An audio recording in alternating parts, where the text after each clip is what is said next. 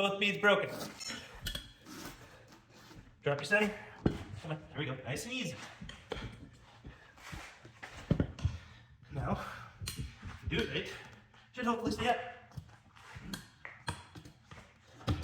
And now we're past the hard part.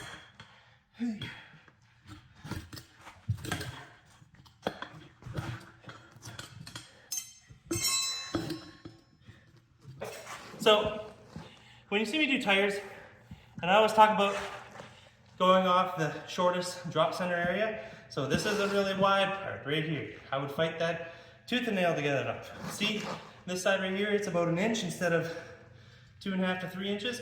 That's where we want to take it up. Now, because we're just doing a tube, I don't have to go crazy. I just have to make sure that there's nothing in this tire. It's gonna puncture my tube right out of the gate.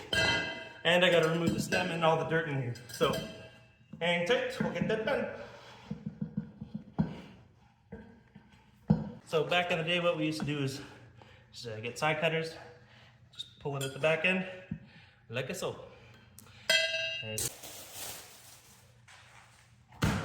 New tube! I would consider that almost working, but it's not there yet.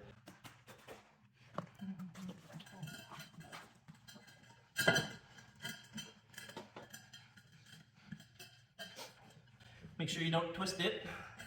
You'll hear me say that every time, but there is a rhyme and a reason to why you don't want to twist it. Because it sucks to do it twice. 10